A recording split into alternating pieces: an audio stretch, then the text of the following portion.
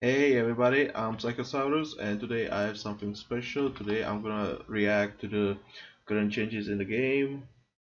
These changes have been applied like over an hour ago and they are currently in, so I'm gonna take a look at the changes. Plus there's been a developer update, so I thought I would react to it a little bit.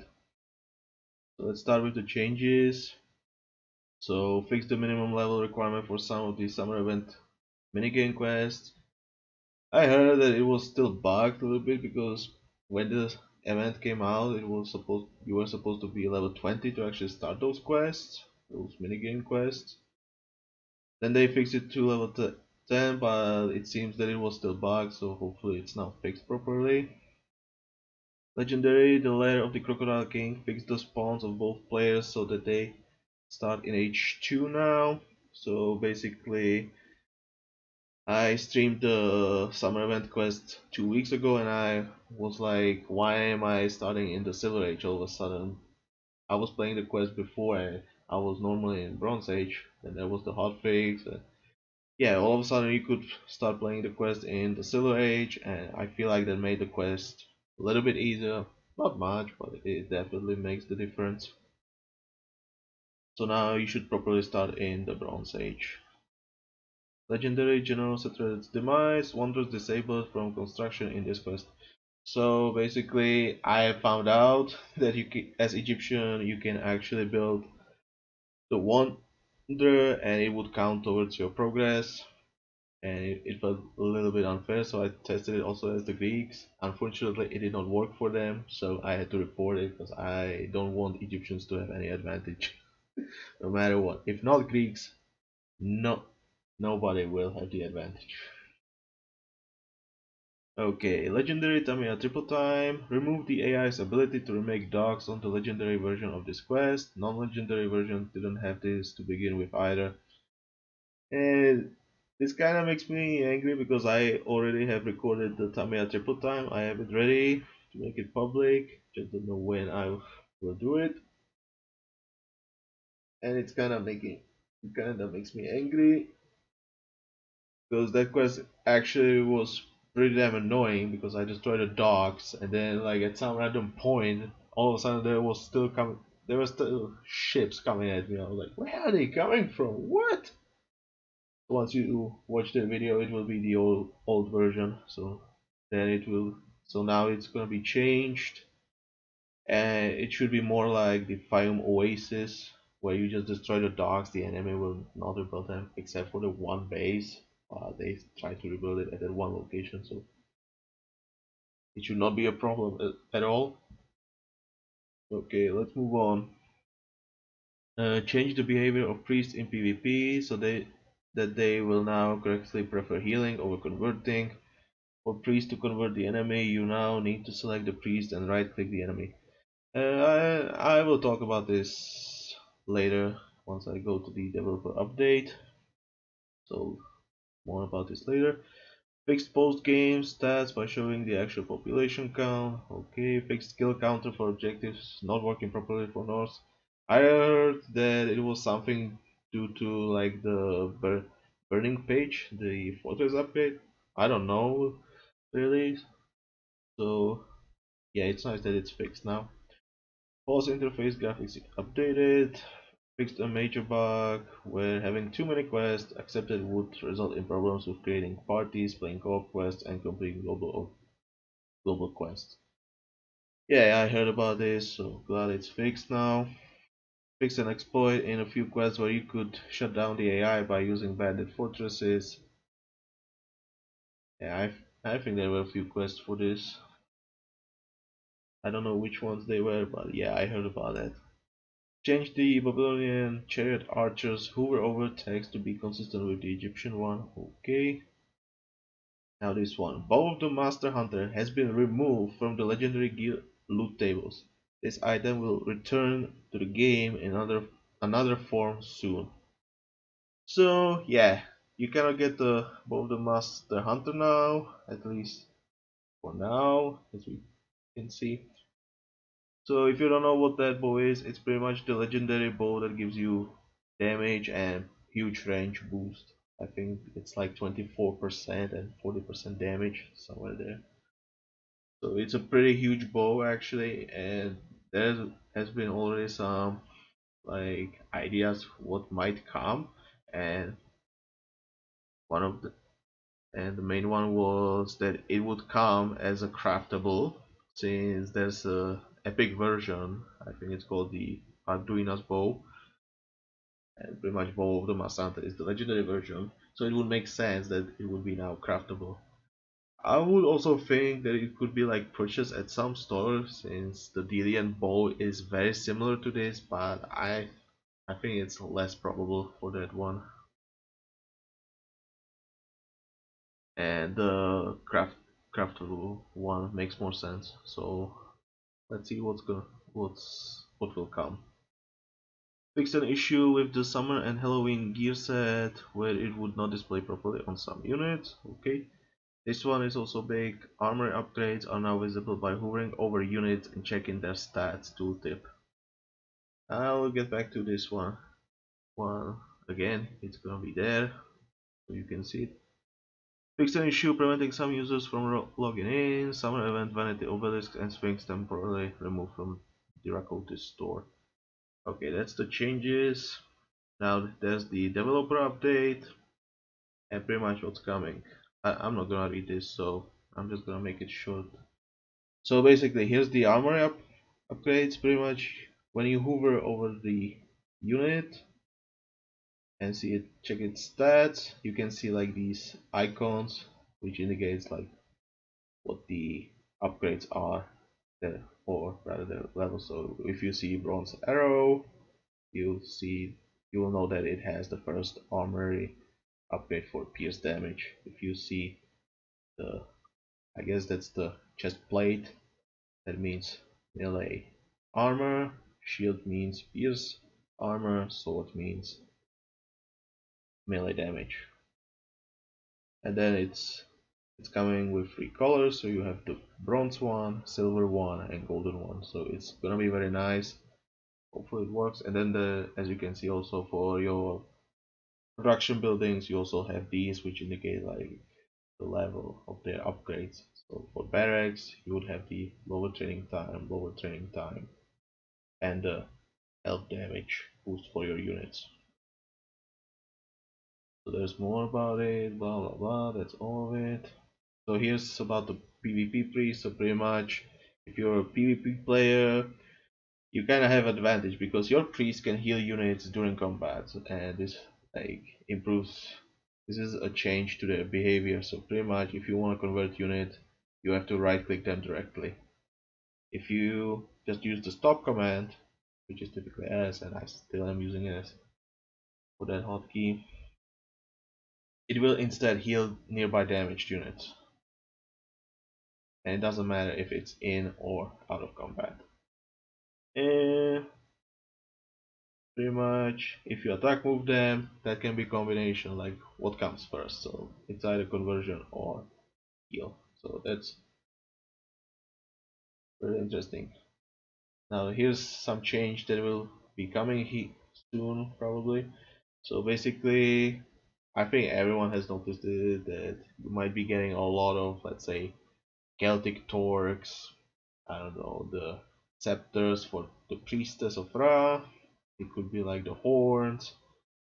These pieces of gear that pretty much you use on like few units, like for example, belly bow for Castra, scepter.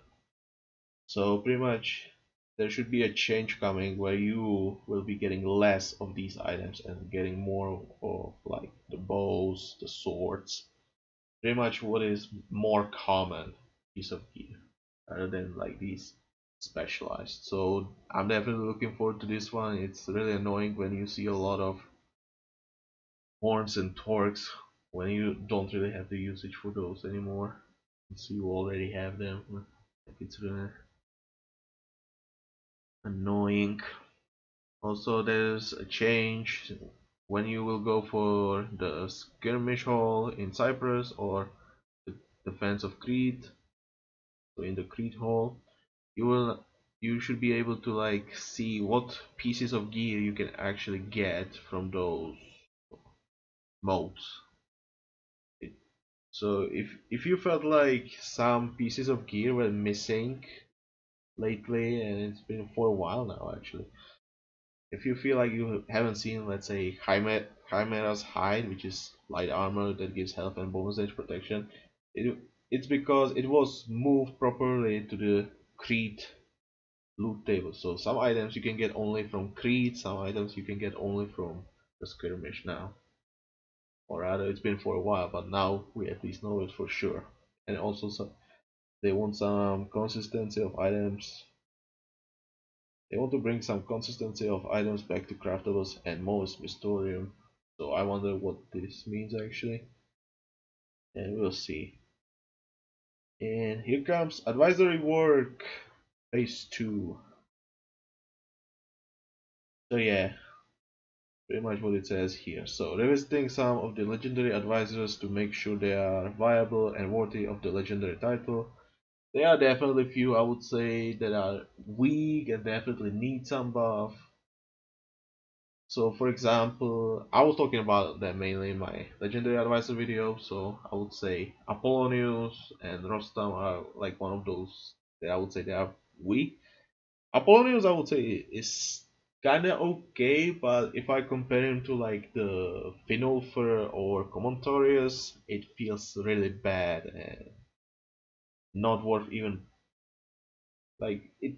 He feels like so small compared to them, and it feels really bad. So I definitely hope they'll make some nice change to him. Another legendary advisor that comes to my mind would be Rostam, because that advisor is pretty much like, I mean, I would not say he's doing bad stuff. It's just it feels weird. Like it's like into three units. How often do you put those three units together, like or use them in the same game?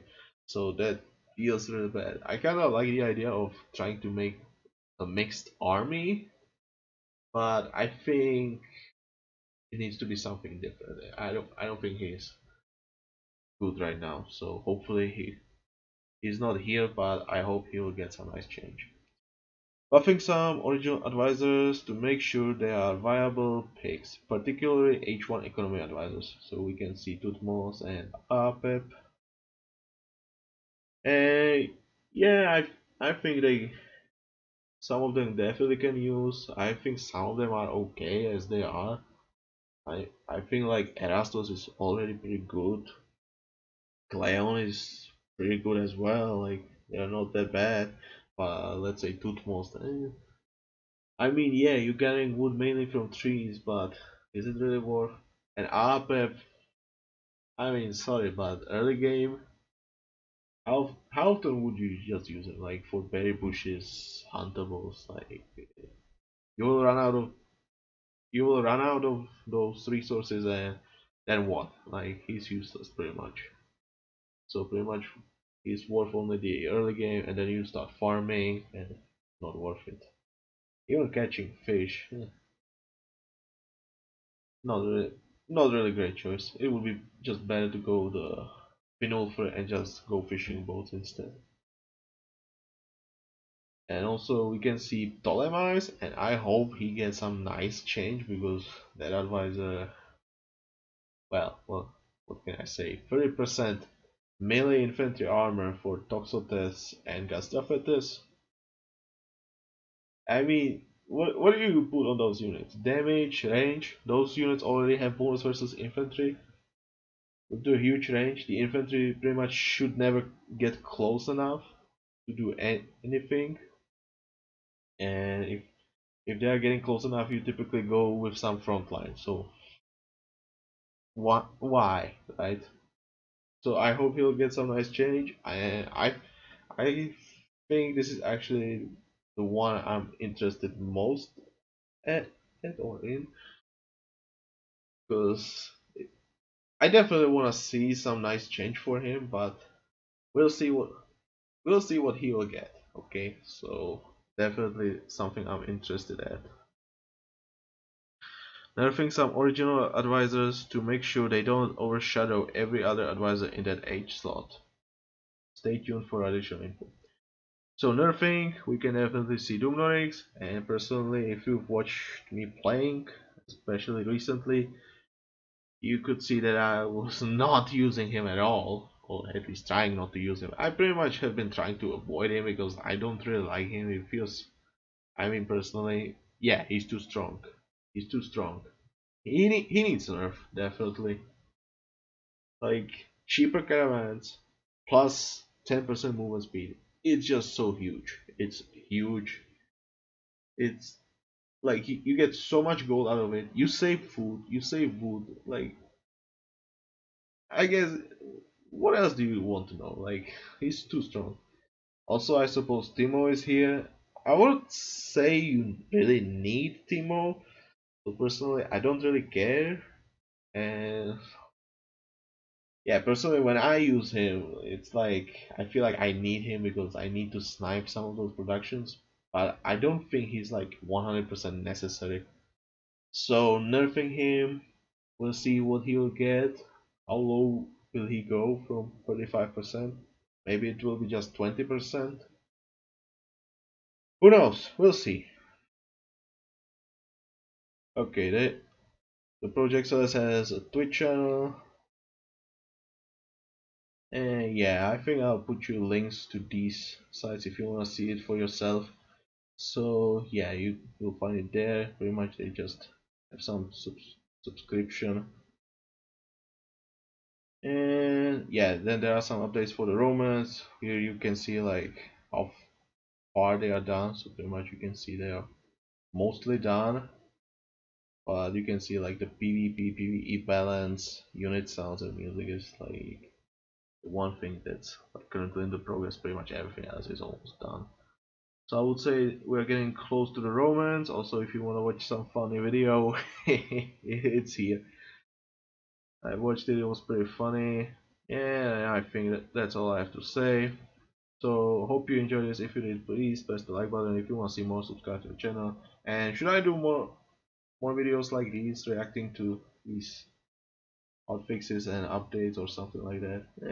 I guess that won't be that often. So hope you like this, and maybe some other time. Bye. Okay.